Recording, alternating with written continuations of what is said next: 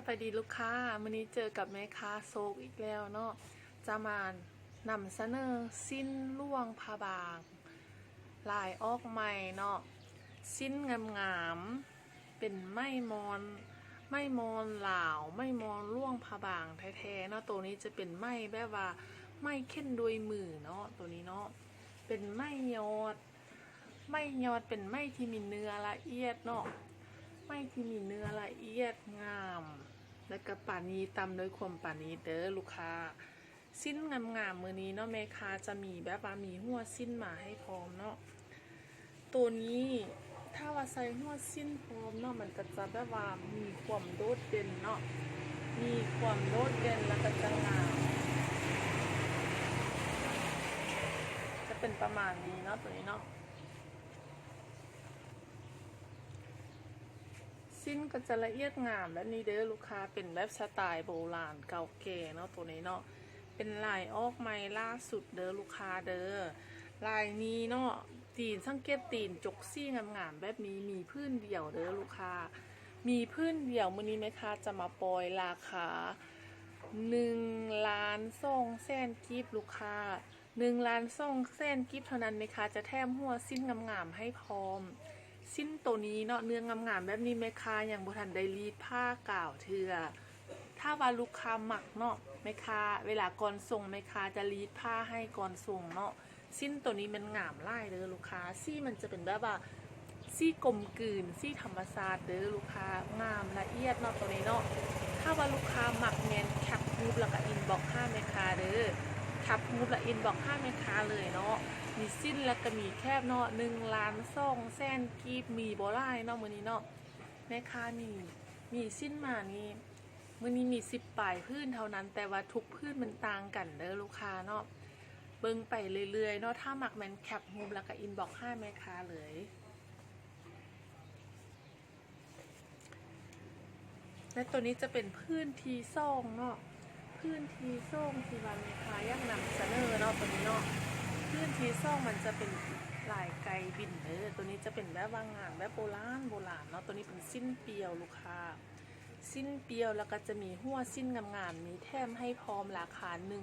1,200,000ถ้าลูกค้าหมักแมนแคปรูปและอินบ็อกซ์ให้แม่ค้าเลยงามไล่เนาะตัวนี้เนาะตัวนี้จะงามละเอียดเนาะตัวนี้เนาะตัวนี้จะเป็นรายละเอียดของพื้นเลยลูกค้ารายละเอียดของพื้นมันงามแบบว่าละเอียดบ่มีตำหนิเลยเนาะตีนก็จะงามเป็นแบบโบราณคลาสสิกเอาแถวว่าหรือลูกค้าตัวนี้งามออนซอยเนาะถ้าลูกค้าหมักแบบโบราณเก่าแก่แมนแคปรูปแล้วก็อินบ็อกซ์ให้แม่ค้าเลยเนาะเฮาได้ใส่ไม่ไล่ซี่เนาะนุ่งแมนเข้าไรกับเสื้อลายโทนเด้อลูกค้าเนาะเป็นซี่กลมกลืนโทนธรรมชาติเด้อลูกค้าตัวนี้เป็นพื้นที่ซ่องเนาะถ้าลูกค้าหมักแมนแคปรูปเลยเด้อและโตมาจะเป็นพื้นที่ซ้ำเนาะพื้นที่ซ้ำก็จะงามเนาะทุกพื้นมันมีความงามและก็ความโดดเด่นในโตเด้อลูกค้ามันจะบ่ซ้ำกันเนาะข้อย้ำว่าพื้นแบบนี้จะบ่ซ้ำกันตัวนี้มันเขาจะเพิ่มมัดมีขึ้นมาเนาะพวกนี้จะเป็นมัดมีเด้อลูกค้าลายมัดมีเนาะตัวนี้จะเป็นลายสิ้นงางเนาะงามแท้งามบานแม่ค้าจะแทบหัวสิ้นงามๆให้พร้อมนะลูกค้าหัวสิ้นงามๆโบราณแบบนี้เด้อหัวสิ้นงามโบราณแบบนี้แม่ค้าแถมให้เลยเนาะเฉพาะหัวสิ้นแบบนี้แหละค่ะ200,000กีบแม่ค้าแถมให้ฟรีเนาะซื้อสิ้น1,200,000กีบงามๆแบบนี้แถมหัวสิ้นงามๆแบบนี้ให้เลยเด้อลูกค้าแคปฮูปด่วนเนาะพอมีพื้นเดียวเท่านั้นเด้อลูกค้ามีพื้นเดียวเท่านั้นนะแม่ค้าแสดงความงามของพื้นสิ้นให้เบิ่งเนาะแม่ค้ารับประกันว่าลูกค้าอย่างบ่เคยมีเนาะสิ้นงามๆแบบนี้เนาะลูกค้ายังบ่เคยมีแคปฮูปและอินบ็อกซ์ด่วนเนาะมีจำนวนจำกัดเด้อลูกค้า1,200,000กีบมีจำนวนจำกัดมีแนวละพื้นเท่านั้นที่แม่ค้าเอามาโซ่มือนี้เนาะมีแนวละพื้น5กระตัดจักกีมายังบ่ทันรีดผ้ากาวลูกค้า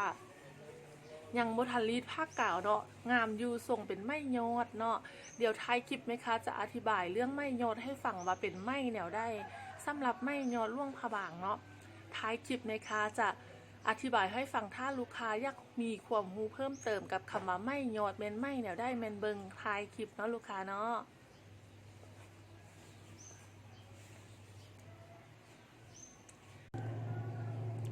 ตัวนี้จะเป็นแบบว่า ซี่โทนแบบว่าอ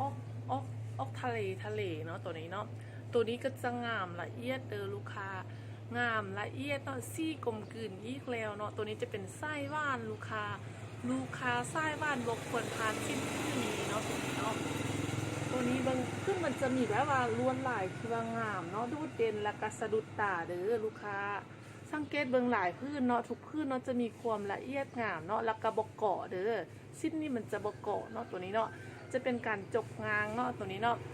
การจกงางเด้อลูกค้าตีนชิ้นก็จะงามๆแบบนี้เนาะมื้อนี้จะมาคู่กับหัวชิ้นงามๆเนาะแม่ค้าจะแถมหัวชิ้นงามๆแบบนี้ให้เลยเนาะลูกค้าเด้อแม่ค้าจะแถมหัวชิ้นงามๆให้เลยราคา1,200,000กีบเท่านั้นเนาะ1,200,000กีบเนาะมันจะงามๆแบบนี้หมดพื้นเลยเด้อลูกค้างามๆแบบนี้หมดพื้นสังเกตเบื้องพื้นมันจะซี่ต่างกันซี่มันจะต่างกันเนาะเห็นบ่ลูกค้าอันนี้จะเป็นแบบพื้นสิ้นเนาะพื้นสิ้นเนี่ยมันจะงามแบบว่าจกไล่ซี่ล้วนหลายต่างกันเนาะถ้าลูกค้ามักแบบที่ว่ามีความเป็นเอกลักษณ์เนาะสิ้นที่มีความเป็นเอกลักษณ์เนาะเฮ็ดทุกพื้นแมนงามโบซ้ำกันลูกค้าแมนแคปรูปแล้วก็อินบอกมาเลยเนาะมีพื้นเดียวเด้อลูกค้าลายนี้มันมีแต่พื้นเดียวเท่านั้นเนาะมีแต่พื้นเดียวเนาะเป็นสิ้นล่วงผ้าบางแท้ๆเรางามแท้งามว่าเนาะตัวนี้เนาะมีความเป็นเอกลักษณ์เนาะพื้นนี้จะพิเศษมีความเป็นเอกลักษณ์เนาะถ้าลูกค้ามักแมนแคปรูปแล้วก็อินบอกมาเลยเนาะลูกค้าเนาะ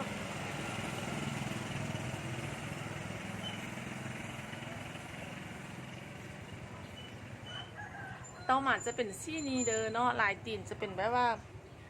ลายตำเละเนาะตัวนี้เนาะแล้วก็มีลายสิ้นอยู่นี่เนาะเห็นบอลูกค้าเห็นลายสิ้นบอเป็นแหน่แบบว่าโบราณเนาะงามตัวนี้นะซี่มันจะเย็นตาเนาะตัวนี้เนาะซี่ออนซอยเย็นตาเด้อลูกค้ามีพื้นเดียวเนาะตัวนี้เนาะมีพื้นเดียวเนาะตัวนี้เนาะตัวนี้จะเป็นแบบว่าซี่ผสมเนาะซี่ผสมอันนี้จะมีการงางเนาะมีการง้างมีการมัดมีข้อเนาะตัวนี้เนาะพื้นนี้เนาะจะมีรายละเอียดของสิ้นลายเนาะเก็บรายละเอียดได้ดีเนาะเวลาเพิ่นมัดมีก็จะผสมลายซี่มันจะเป็นแบบซี่กลมกลืนซี่แบบว่าซี่คือจะกินได้เนาะตัวนี้เนาะงามแท้งามบานแม่ค้าหมักพิเศษเนาะซี่นี้เนาะถ้าลูกค้าหมักเป็นแม่ค้าจะแถมหัวสิ้นงามๆให้เลยเด้อลูกค้ามาคู่กับหัวสิ้นงามๆเนาะ1,200,000กีบลูกค้าหมักเป็นแคปรูปและอินบ็อกมาเลยเนาะแคปรูปและอินบ็อกมาเลยเด้อพื้นนี้มันงามแท้งามบานเนาะลูกค้างามแท้งามบานแม่ค้าเยินพื้นงามๆให้เบิ่งเนาะให้มาลูกค้าอยากให้ลูกค้าเห็นแบบว่าความละเอียดของพื้นเนาะ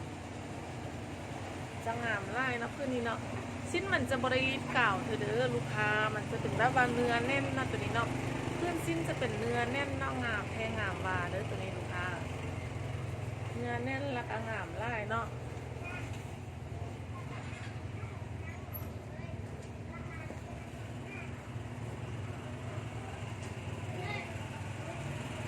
ตัวนี้จะออกเป็นโทนแบบว่าโทนส้มเนาะผสมกันเนาะตัวนี้เนาะโท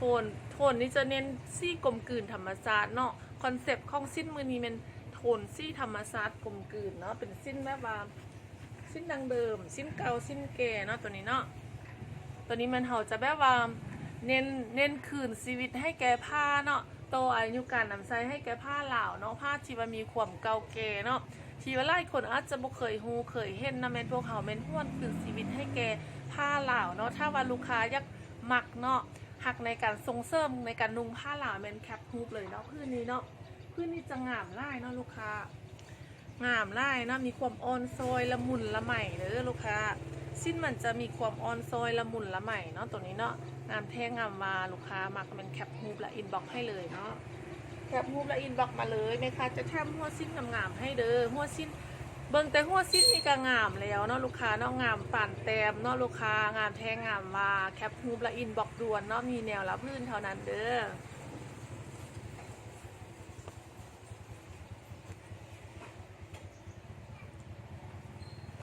ต่อมาจะเป็นแบบว่าตัวนี้จะเป็นมัดมีเด้อลูกค้าสิ้นพื้นนี้งามไล่มีพื้นเดียวเนาะแม่ค้าบอกไปแล้วมีพื้นเดียวเนาะแล้วก็มีการงางจกซี่เนาะตัวนี้เนาะมีการงางจกซี่เข้าให้เป็นความละเอียดไกลๆเห็นบอลลูกค้า ตัวนี้มันจะแบบว่างามเนาะตัวนี้เนาะสิ้นมัดมีตัวนี้จะงามไล่เด้อลูกค้าเห็นบอตัวนี้จะเป็นแบบว่าการมัดมีผสมผสานกันจกงางเนาะตัวนี้เนาะสัดลวงแล้วก็จกงางเนาะมัดมีจะมีความเป็นเอกลักษณ์ไล่ลูกค้าถ้าเบิ่งหมดพื้นก็จะงามๆแบบนี้เนาะลูกค้าเนาะพื้นมันจะงามๆเนาะส่วนตีนจะเป็นลายไก่เด้อมีลายไก่แล้วก็จะมีลายแบบว่าลายดอกมักไหวเนาะตัวนี้เนาะลายดอกมักไหวเด้อลูกค้าเด้อลายดอกมักไหวหรือว่าลายดาวเนาะงามละเอียดตัวนี้จะเป็นสีส้มน้ำเกียงลูกค้าสีเพิ่นจะเป็นสีส้มน้ำเกียงเนาะจะงามแบบนี้เนาะลูกค้าเนาะมีพื้นเดียวเด้อนี่นะมีพื้นเดียวเนาะมีหัวสิ้นงามแบบนี้ให้พร้อมลูกค้ามีหัวสิ้นงามให้พร้อมเนาะถ้าลูกค้ามักแมนแคปฮูเลยเนาะตัวนี้จะเป็นมัดมีที่ว่างามแล้วก็เห็ดยากไล่เด้อลูกค้าสีงามไล่เนาะตัวนี้เนาะสีสั้นสดใสเนาะตัวนี้เนาะสีสั้นสดใสงามไล่เด้อสีนี้ค่ะบ่คอยได้เห็ดเนาะสีห้ายากลูกค้าสีห้ายากเนาะถ้าลูกค้ามักแมนแคปฮูเลยเนาะแคปฮูเลย1,200,000ไหมคะจะแถมหัวสิ้นให้เลยเนาะตัวนี้เนาะงามแท้งามมาเนาะลูกค้าเนาะงามละเอียดเนาะตัวนี้เนาะแล้วต่อมาค่ะจะเป็นพื้นนี้จะเป็นมัดมีเนาะเป็นมัดมีที่ว่ามีการผสมซี่ไล่ซี่เนาะตัวนี้เนาะตัวนี้ลายนี้โดยละเอียดมันงามไล่เด้อลูกค้ามันงามไล่เนาะซี่แท้จะเป็นคือแบบฮูปเลยเนาะลูกค้าซี่แท้จะคือฮูปเลยเนาะตัวนี้แม่ค้าจะมาปล่อยให้ราคาพิเศษเนาะตัวนี้เนาะแม่ค้าจะมาปล่อยราคาพิเศษให้เด้อตัวนี้ยังบ่ทันได้รีดเนาะตัวนี้เนาะยังบ่ทันได้รีดเนื้อละเอียดจะเป็นแบบนี้เด้อตัวนี้การมีการแบบว่าผสมผสานเนาะเทคนิคในการตำเนาะนอกจากที่ว่าการมัดมีแล้วจะมีการเทคนิคในการฟันมักใหม่เนาะการฟันมักใหม่เห็นบ่ลูกค้ามันจะเป็นแบบว่าแซกน้อยๆเนาะสีแดงแล้วก็สีไข่ที่ว่าแซกกันขึ้นเนาะตัวนี้เป็นการมัดมักใหม่การมักใหม่แม่นแนวได้เนาะฟันลายมักใหม่เนาะเป็นลายโบราณเก่าแก่ของลาวเฮาเนาะตัวนี้เป็นการที่ว่าฟันใหม่ทรงเส้นเนาะทรงซี่เนาะการฟันมักใหม่เป็นการไม่ฟันใหม่ทรงเส้นทรงซี่ฟันเกี่ยวเข้าเป็นเส้นเดียวเนาะมีการเกี่ยวเข้ามาเป็นเส้นเดียวแล้วจริงทอตำทอขึ้นมาเนาะการตำเข้ามาแล้วจะเห็นให้สิ้นเฮามันแบบว่าเบิ่งแล้วมีมิติเนาะตัวนี้เนาะสิ้นมันมีมิติเนาะตัวนี้งามไล่เนาะเพราะว่าใช้เทคนิคในการตำแบบว่าเพิ่มซ่องเทคนิคเข้าไปเนาะนอกจากมัดมีแล้วก็ยังมีการฟันมักใหม่เนาะเข้าไปให้เป็นสิ้นโบราณและโบราณแบบนี้เนาะสิ้นจะแบบว่าโบยอโบย่างเนื้อลูกค้าเบคาโบได้เถื่อเนาะพอ5กระตัดแจ็คกีหมาสิ้นงามๆไหมคะจะแถมหัวสิ้นให้เลยเด้อลูกค้าสิ้นงามๆแบบนี้ไหมคะแถมหัวสิ้นให้เลยเนาะมื้อนี้สิ้นมัดมีไหมคะจะมาปล่อยราคาพิเศษ1,000,000กีบลูกค้า1,000,000กีบได้หัวสิ้นแล้วก็สิ้นงามๆแบบนี้เนาะถ้าว่าลูกค้ามักแมนแคปฮูปเลยเด้อลูกค้ามักแมนแคปฮูปเลยเนาะมีแต่พื้นเดียวเท่านั้นเด้อลูกค้าตัวจริงมันจะงามละเอียดเนาะในคาบ่ทันได้รีดเนาะถ้าว่าเห็นลูกค้าเห็นหอยโยหอยย่างมันในคาบ่ได้รีดเถื่อเนาะฮะกระตัดจักกีมาเด้อลูกค้างามละเอียดเนาะตัวนี้เนาะแคปฮูปละอินบ็อกมาเลยเด้อสีมันจะเป็นสีแบบนี้งามเนาะสีนี้เนาะสีห้ายากสีโบราณสีเก่าแก่เนาะสีนี้เนาะได้ไข่ดิบไข่ดีเด้อสีแบบนี้เนาะ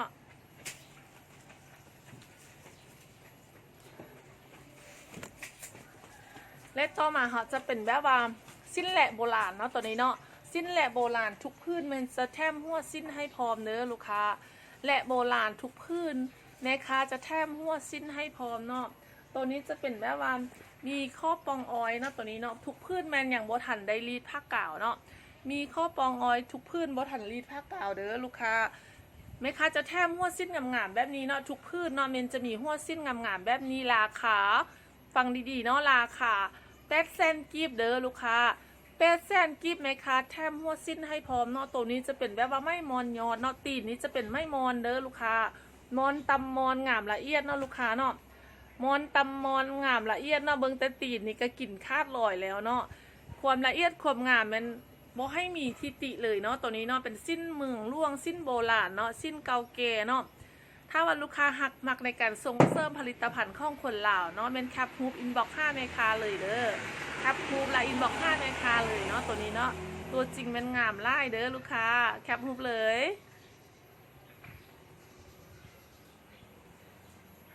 แคปเลยเด้อ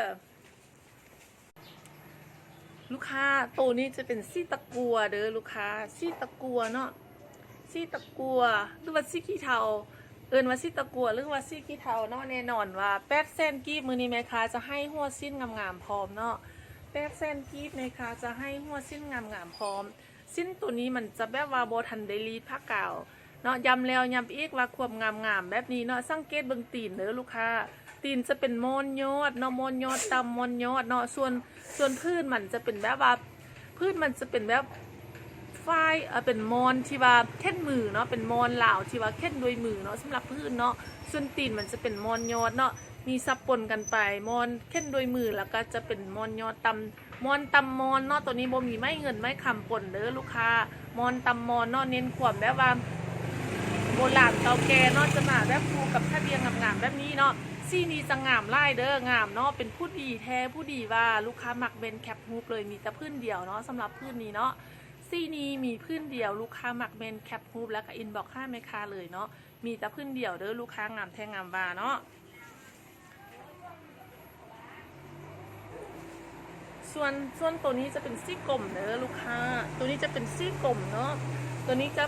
มีข้อปองออยซี่กลมเนาะตีนก็จะงามๆและมีเด้อลูกค้าอยากให้ลูกค้าเห็นตัวจริงเนาะตีนจะงามละเอียดเนาะตัวนี้เนาะเป็นมอนตำมอนลูกค้าเมื่อเวลาที่เฮามาใส่คู่กับหัวสิ้นตัวนี้มันจะเพิ่มความงามเนาะเพิ่มความงามแล้วก็มีความแบบว่าเห็นบอลูกค้ามันจะแบบว่างามละเอียดเนาะตัวนี้เนาะเห็นบอมันจะแบบมีมิติเนาะเป็นผู้ดีมีความเป็นเหล่าสู้เนาะตัวนี้เนาะงามแท้งามว่าลูกค้ามีแต่พื้นเดียวแคปฮูปเลยเด้อมีพื้นเดียวพื้นสุดท้าย5กระเห็ดออกมาใหม่ตัดออกจากกีมาเนาะแคปฮูปและอินบอกมาด่วนเนาะตัวนี้เนาะซี่กลมเด้อลูกค้า